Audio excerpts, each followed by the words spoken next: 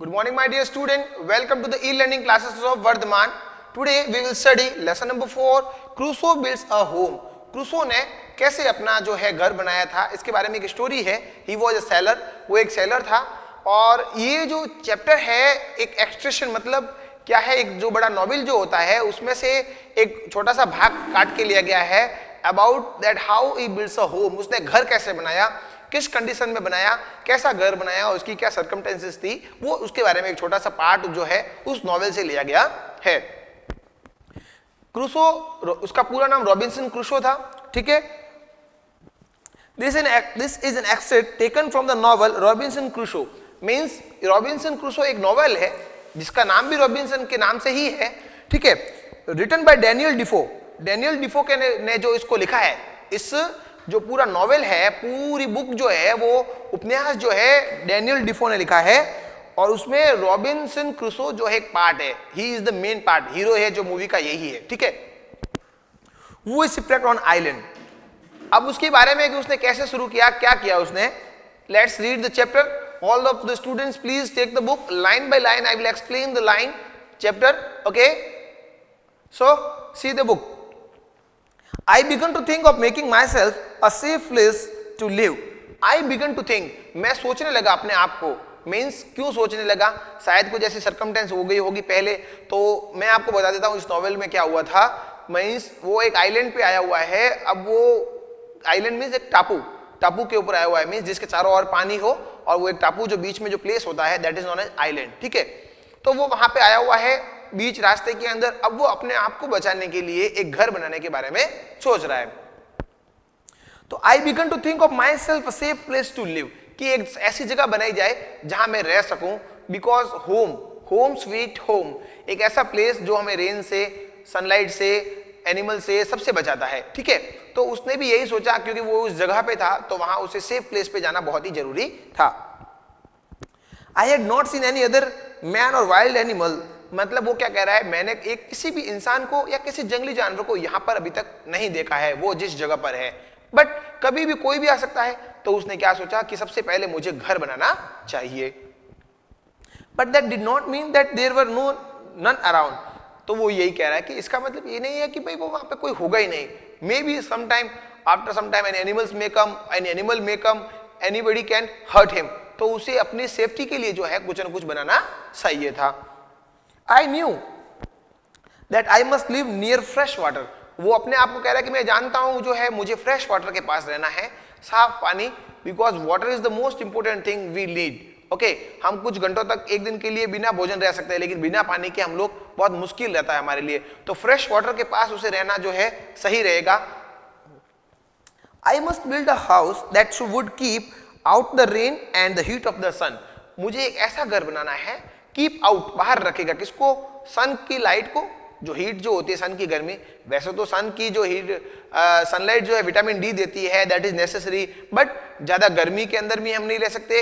और इवन हम लोग विंटर के अंदर भी अगर सनलाइट के अंदर ज्यादा रहते तो हमें थोड़ा ऑकवर्ड लगता है, हम उसको नहीं बियर कर पाएंगे, सहन नहीं कर पाएंगे. ओके. तो उसने ऐसा घर बनाने की सोची जिसमें ना तो सनलाइट अंदर आ सके, ना रेनिंग आ सके, और ना कोई वाइल्ड एनिमल उस पर अटैक कर सके. Okay. It must be strong enough to keep out wild animal. It must be strong enough. वो इतना स्ट्रॉन्ग होना चाहिए कि उसके अंदर to keep out wild animal, जंगली जानवरों को भी वो दूर रख सके. It should be on high place so that I could watch for ship. कहने का मीनिंग क्या है, वो एक ऐसी जगह पर है, see on the board please. वो एक ऐसी जगह आइलैंड पर है जहां साइड में पानी ही पानी है, there is lots of water. तो मीन्स वो उसे ऐसी जगह पर बनाना चाहता है, इस आइलैंड पर भी, जहां पर वो पानी में कोई नजदीक में कोई शिप आए तो वो शिप को भी देख सके, ताकि उसे हेल्प मिल जाए. क्योंकि उसकी शिप जो है टूट चुकी थी. तो अब उसे दूसरे छोर पर जाने के लिए, ऐसा तो है नहीं कि उसके पास सारा जो राशन है, खाने पीने की जो चीजें हैं, वो लाइफ टाइम जो उस आइलैंड पर गुजार सकता है. ही हैड टू गो, उसे जाना तो पड़ेगा. सो टू वॉच द शिप और any another person who will help him, जो उसकी हेल्प कर सके, इसलिए उसे उस आइलैंड पर भी हाई प्लेस पर वो जो है अपना हाउस बनाना था. ये चीज क्वेश्चन है पीछे, टिक द करेक्ट आंसर में, कि वो जो है हाई प्लेस पर क्यों बनाना चाहता था. To watch the ship, to watch the another ships. Okay. 2 paragraph I had explained. Now third paragraph. I walked about my island until I found a place that was just right. I walked, मैं आगे आगे चलता गया. Island जो होता है टापू के जो नजदीक किनारे पर जब हम आते हैं उसके आगे वो चलता गया. And I found a place that was just right. Means उसे कंफर्ट लगा, हाँ यहाँ ठीक है मुझे घर बनाना चाहिए. तो दैट प्लेस पे ही रीच्ड, वो पहुंचा. Okay. It was on the north side of the hill. Hill के जो है वो नॉर्थ साइड में था. पहाड़ी जो है वो एक पहाड़ सा बना हुआ था उस टापू पे बीच में, तो उसके जो है नॉर्थ साइड में वो था. अ लिटिल फ्लैट प्लेस. फ्लैट का मीनिंग क्या हो गया? एकदम समतल. फ्लैट का मीनिंग क्या हो गया? अब मीन्स देखिए वो वहां पे जो बीच में जो एक है हिल है, जो समुद्र जो है उसके पास में एक बीच में जो टापू है वहां पर एक हिल साइड है. हिल मीन्स एक ऐसा कुछ ऊंचा भाग है थोड़ा सा, ठीक है, लाइक माउंटेन. माउंटेन के अंदर बहुत सारी पहाड़ियां होती है लेकिन वो एक छोटा सा था. लेकिन वो क्या कह रहा है?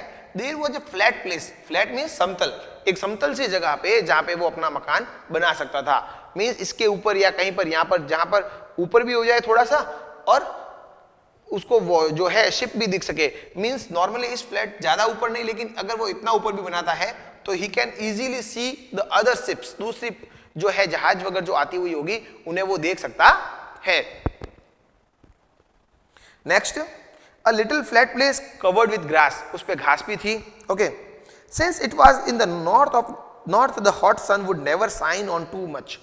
अगर क्योंकि वो नॉर्थ साइड में था और उस इधर साइड जो हिल थी तो वो जो है सनलाइट उसके ऊपर ज्यादा नहीं करेगी, हीटिंग नहीं करेगी, मकान उसका गर्म नहीं होगा. Because he was making a temporary house. Tent का जो हाउस होता है ना कपड़े का, जो जिसमें कपड़े का जो लगा हुआ होता है, दैट इज टेम्परेरी हाउस.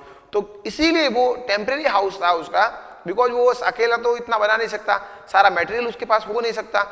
इसी कारण वो ऐसा कह रहा था कि भाई एक ऐसा बनाऊं जहां पे सनलाइट ज्यादा नहीं आए. क्योंकि वो जो हम लोग जो पक्का हाउस बनाते हैं ब्रिक्स का, सीमेंट का, that can easily bear the sunlight. ज्यादा हीट होगी तो भी चलेगा, बट उस टेंट वाले हाउस में वो जो ज्यादा सनलाइट आएगी तो वो उसे नुकसान देगा, उसे आराम से नहीं बैठ पाएगा, ज्यादा गर्मी होगी अंदर, उसमें भी उसे पसीना आएगा. तो इसीलिए वो ऐसा मकान बनाना चाहता था. Next we will see behind it was a wall of rock. वहां एक वॉल थी. वॉल मतलब दीवार. किसकी? रॉक, पत्थर की, चट्टान की एक दीवार थी. कहने का मतलब दीवार नहीं थी, दीवारें कभी नहीं बनती पत्थर की. That was already natural. एक बड़ी सी हिल थी, कोई सी पहाड़ का टुकड़ा था, ठीक है. तो वहां पे था. If I built my house against the rock. वो क्या कह रहा है? अगर मैं जो है इस रॉक के आगे, इसके आगे मैं अपना जो हाउस बनाता हूं, मकान जो बनाता हूं, then what will be there? Nothing could come at me from behind the house. अब देखो अगर मैं यहां अपना हाउस बनाता हूं तो पीछे से तो कुछ आ ही नहीं सकता, ये तो क्लियर है. In front of this rock the ground was flat for a space and then slope down to the sea. अब देखो ये क्या कह रहा है? In front side of the ये ऊपर फ्रंट साइड जो है उसमें जो फ्लैट प्लेस जो था, ठीक है, जो समुद्र की तरफ, ढलान की तरफ था, ऐसा जो समुद्र की तरफ जा रहा था, दैट वाज फ्लैट प्लेस. तो यहां वो बनाने के लिए अपने आप को कंफर्ट समझ रहा है कि यहां मेरा जो है मकान सही रहेगा. At one place in the rock wall there was an opening into the cave. अब उस प्लेस के अंदर एक ओपनिंग थी, गुफा के अंदर. जो केव मीन्स गुफा, केव मीन्स वहां एक ओपनिंग, मतलब एक गुफा के अंदर एक जगह थी, ठीक है. I drew a half circle on the ground before the rock wall. मैंने क्या किया? Please see on the board. मैंने उसके आगे एक सर्कल किया, गोल, ठीक है, हाफ सर्कल.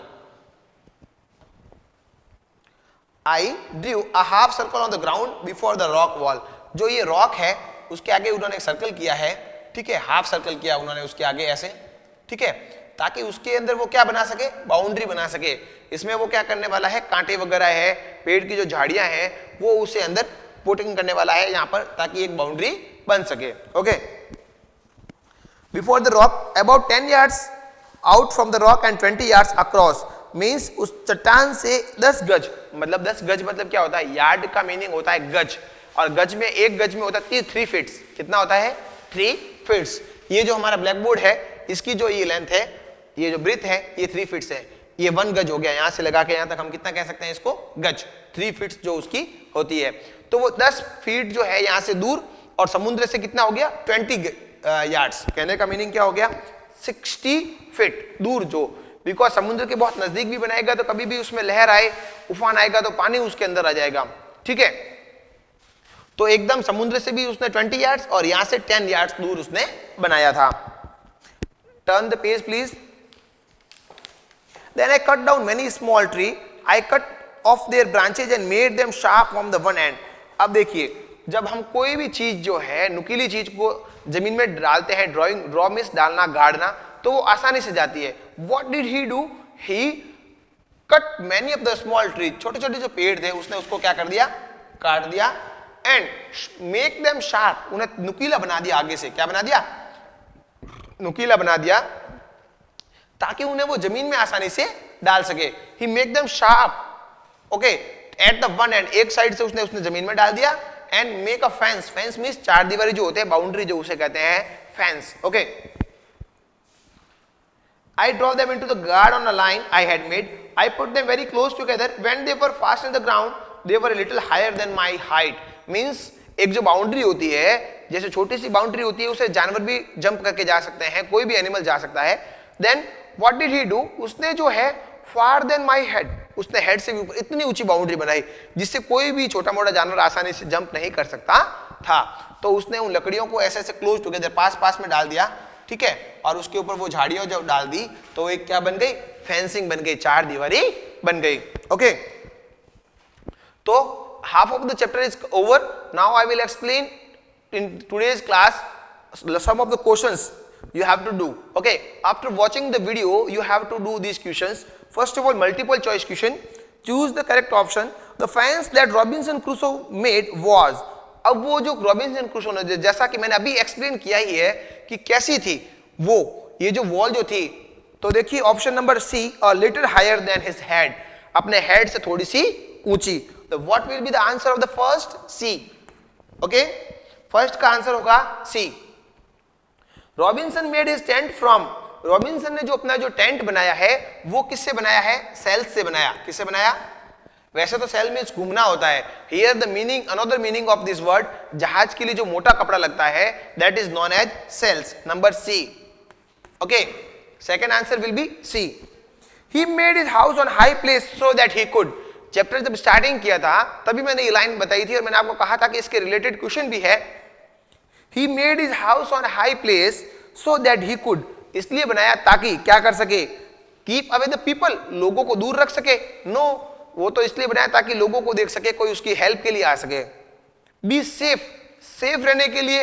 यस, मकसद सेफ रहने के लिए तो था, लेकिन जो मेन मकसद क्या था, third number, keep away wild animals. Yes, जानवरों को भी दूर रखना चाहता था, लेकिन जब मेन क्या था, watch for the ships. Watch for the, it is the correct answer. उसका जो मेन पर्पस था ऊंचा रखने का, watch for the ships. Understand. Fourth is the word that means sufficient. Sufficient का मतलब क्या हो गया, पर्याप्त मात्रा में, इनफ, जितना हमको चाहिए. तो फोर्थ का आंसर होगा B, enough. What will be the answer, B, enough. ENOUGH. The pronunciation of this word is enough. Okay. Made up my mind. Made up my mind मतलब मैंने अपने दिमाग में कुछ सेटअप कर लिया, जो चीज मुझे करनी है, मीन्स डिसाइड कर लिया. ओके. सिमिलर वर्ड है एग्री. एग्री मतलब मानना, लेकिन मानना मतलब किसी की बात को मानना हो गया यहाँ पर. ओके, ये हमने खुद ने माना है तो इसका मीनिंग हो गया हमने डिसाइड कर लिया, पक्का कर लिया. ठीक है, डिटरमाइंड. तो इसका आंसर होगा A, decided. What will be the answer, A, decided. Read, write and understand and the answer. This question you have to do multiple choice question. See, do in the book and notebook also. And then after turn the page number 40, words.com you have to do spell well and grasping grammar. These are the questions you have to do after watching this video. Understand? Thanks.